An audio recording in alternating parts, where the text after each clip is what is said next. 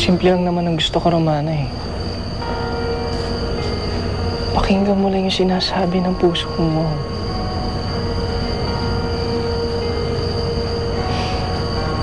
Romana, sa pangalawang pagkakataon, nagmamakaawa ako sa'yo. Ginawa ko na ang lahat. Hiniya ko na yung sarili ko sa harapan ng maraming tao. Pinagsigawan ko na sa buong madla ang nararamdaman ko para sa'yo. Ano pa pang gusto mong gawin ko?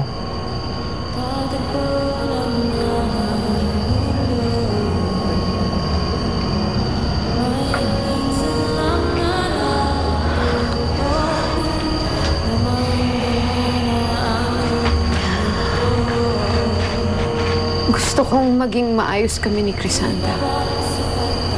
Sinasabi mo ba na baliwala lang itong nararamdaman natin sa isa't isa? Hindi ko alam. Kukulan ako. Kung nahihirapan ka, sige. Ako na lang lalayo. Kung sa tingin mo, kalokohan lang to, ako na lang aalis. Hindi ko naman. Simple lang naman ang hinihingi ko, Romana. Piliin mo yung sarili mo. Piliin mo yung tayo.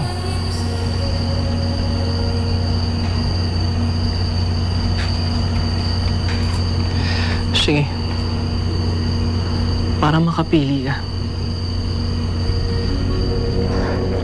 Bukas na bukas, maghihintay ako sa isla hanggang sa lumubog ang araw. Kapag hindi ka dumating, alam ko na ibig sabihin nun. Ibig sabihin nun, hindi mo ako kayang piliin.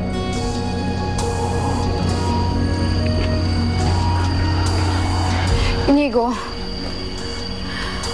huwag mo namang gawin to. Huwag mo akong papiliin sa inyo ng kapatid ko. Masasaktan ka lang. Sa tingin mo, hindi pa ako nasasaktan niya sa ginagawa mo? Ano naman ang gagawin mo kung hindi ako dumating?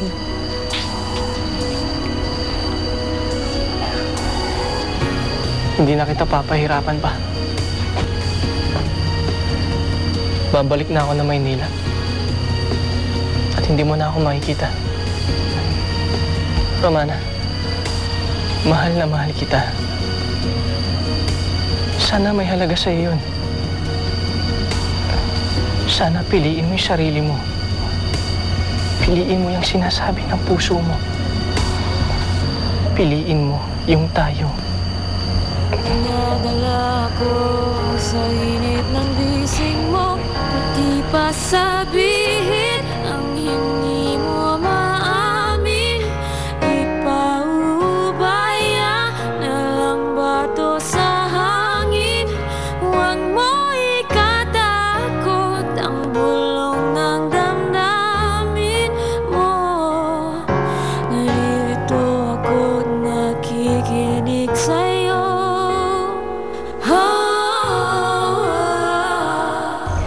Nasa'yo si Melina. Napanaginipan ko siya. Sinabi niya hanapin kita. Hindi ko alam ang sinasabi mo. Bitawan mo ako. Sandali! Akin lang ang katawan na to! Akin lang! Nasa'yo ang kapangyarihang itim. May kapangyarihan ka ng itim na sorcerer. Pwede tayo magtulong. Pwede tayo magsanib pwersa. Wala akong pakialam sa'yo. Bitawan mo ako! Sandali!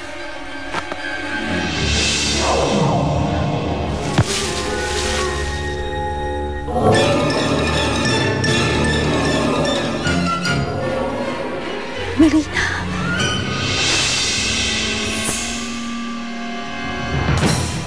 Ate Elvira.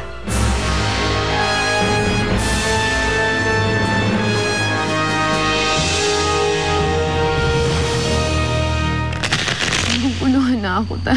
Nakikipagtagpo siya sa akin bukas at kung hindi ako dumating, babalik naman siya sa Maynila. Ano ba ang dapat kong piliin siya? Si Crisanta. Sino ito? Siya si Inigo, ang lalaking mahal ni Crisanta. Si Inigo ay may gusto sa kakambal ni Crisanta na si Romana.